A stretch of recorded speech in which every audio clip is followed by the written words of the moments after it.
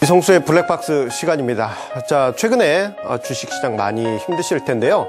자, 이런 주식시장에서 교훈이 될 만한 그런 영화가 있어서 이야기를 드리려고 합니다. 자, 지금 배경음악이 참 고요하게 흘러가고 있는데요.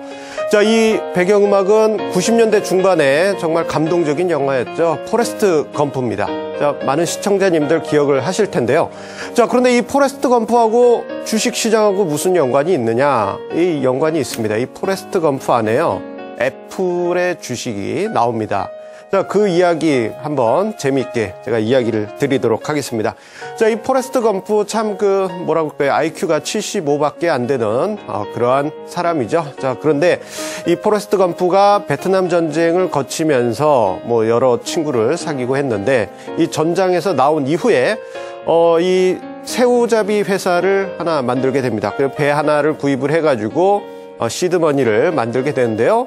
이 포레스트 검프의 우직한 성격 때문에 이 새우잡이는 성공적으로 이 사업을 달성하게 됩니다. 또 우연히 태풍을 만나서 이 포레스트 검프의 배 한 척만 살아남다 보니까 거의 뭐 독점적으로 새우잡이 회사를 운영했다고 볼 수 있겠는데요.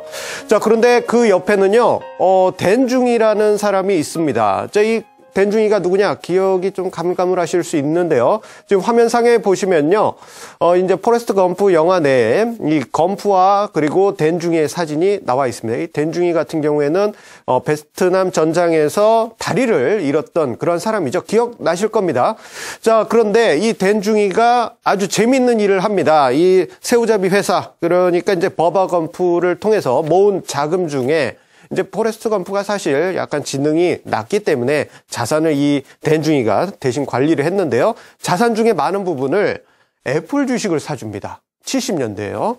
자, 이 애플 주식을 사게 되는데 그 이유가 앞으로의 애플의 성장성이 있고, 그렇고 이 회사 가치가 충분하기 때문에 검프가 나중에 충분하게 부를 거둘 것이다 라고 이야기를 하면서 이 애플 주식을 사주게 됩니다. 이 포레스트 검프는 이것을 보면서 이 댄중이가 무슨 과일 회사를 샀나 보다 그렇게 생각하고 말았다고 하지요. 자, 그때 당시 대략 매입했던 금액은 영화상에는 정확하게 나와 있지 않지만, 자, 외국 사이트를 쭉 둘러보다 보니까요, 대략 한 10만 달러 정도 매입하지 않았겠느냐, 그러한 분석글이 있더군요.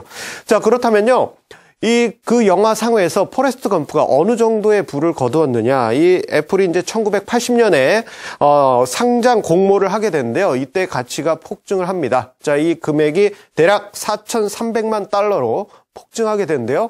10만 달러가 거의 뭐 한 400배 가까이 증가하는 것을 확인할 수 있습니다. 자, 이 정도 금액이면은 어느 정도 부자냐? 80년대 보시게 되면은 우리 추억의 영화가 또 하나 있습니다. 600만 불의 사나이. 어마어마한 자금이죠. 그 금액보다도 한 7배 가까이 많은 어마어마한 금액이 됩니다. 자, 그리고 영화가 개봉했던 시기가 1994년이죠. 자, 그때 가치로 치면은 1억 달러. 그리고 올해 최고치까지 올라간 금액까지 감안하면은 70억 달러에 이르게 됩니다. 정말 놀라운 금액이라 볼 수 있겠는데요. 자, 우리가 여기서 이제 교훈을 몇 가지 얻을 수 있습니다. 첫 번째로 이 투자에서 중요한 교훈 3가지를 얻을 수 있는데요. 이 댄중이의 현명함, 애플을 알아봤다는 것이죠. 자, 애플 그 당시 이제 창고에서 컴퓨터 만들고 했던 회사인데, 이러한 사업이 나중에 크게 될 것이다라는 그러한 사업에 대한 현명함이 있었고요.